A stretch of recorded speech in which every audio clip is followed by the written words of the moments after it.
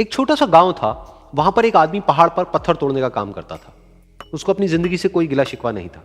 पूरा दिन वो काम करता, मेहनत करता। दिन के एंड में जो थोड़ा बहुत पैसा मिलता वो जा करके अपने परिवार के साथ में थोड़ा सा टाइम स्पेंड करता और चैन से सो जाता। तो एक दिन रोज की तरह वो अपना काम खत्म करके अपने घर की तरफ जा रहा था। तो रास्ते में चलते चलते उसके मन में ख्याल आया कि ये भी कोई जिंदगी है कि सुबह से शाम तक मैं पत्थर तोड़ने का काम करता हूं और एंड में मेरे को थोड़े से पैसे मिलते हैं, जिसमें मुश्किल से मेरा और मेरे परिवार का गुजारा हो पाता है। काश कुछ ऐसा हो जाए कि कहीं से मुझे कोई ऐसी शक्ति मिल जाए कि जो भी मैं चाहता हूं वो सच हो जाए। वो अपने घर पर गया, उसने खाना खाया, लेकिन उसका ध्यान खाने की तरफ नहीं था। उसके दिमाग में यही ख्याल चल रहा था। उसके बाद में वो यही सोचते सोचते सो गया। फिर नींद आने के कुछ देर बाद उसको एक सपना आया। सपने में उसने देखा कि रोज की तरह वो अपना काम खत्म करके अपने घर लौट रहा था। रास्ते में उसने एक बहुत ही बड़ा घर देखा और उसके मन में आया कि काश ये घर मेरा होता और मैं इसका मालिक होता। और उसके ये सोचते ही वो उस घर का मालिक बन गया।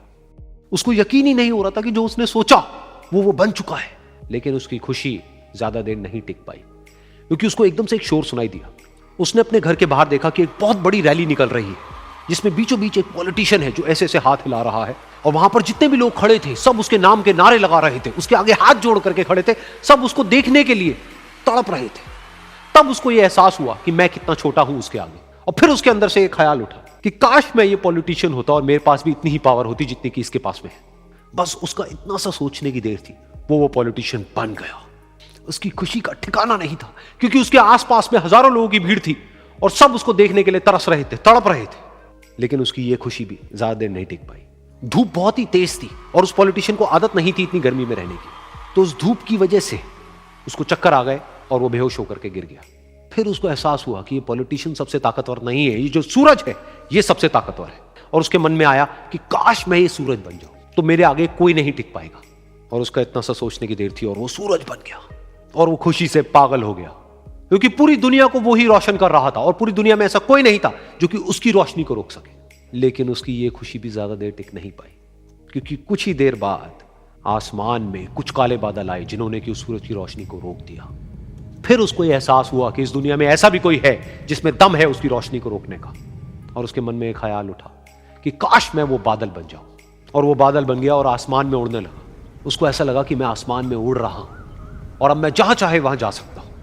लेकिन कुछ देर बाद वहां पर एक बहुत तेज हवा का झोंका आया जो कि उन बादलों को उड़ा करके ले गया।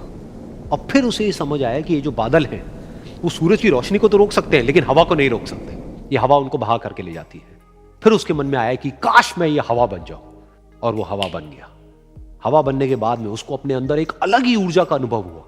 वो चाहे तो आराम से बहता और चाहे तो आंधी बन करके, तूफान बन करके जिसको भी चाहे उड़ा करके ले जाता। उसको ये विश्वास होने ही लगा था कि इस दुनिया में सबसे ज्यादा शक्तिशाली मैं हूं। लेकिन तभी उसके सामने आया एक पहाड़। उसने अपनी पूरी ताकत लगा दी, लेकिन उस पहाड़ को वो इतना सा भी नहीं हिला पाया। तब उसको यह एहसास हुआ कि इस दुनिया में कोई है जो हवा से भी ज्यादा शक्तिशाली है, जिसमें दम है उस हवा को रोकने का। फिर उसके मन में आया कि काश मैं ये पहाड़ होता। और वो पहाड़ बन गया। लेकिन हर बार की तरह इस बार भी उसकी खुशी ज्यादा देर तक नहीं टिक पाई। उसको एक जानी पहचानी सी आवाज सुनाई दी और साथ ही साथ उसको दर्द होने लगा, जैसे कि कोई है जो उसको तोड़ रहा है, उसको मार रहा है।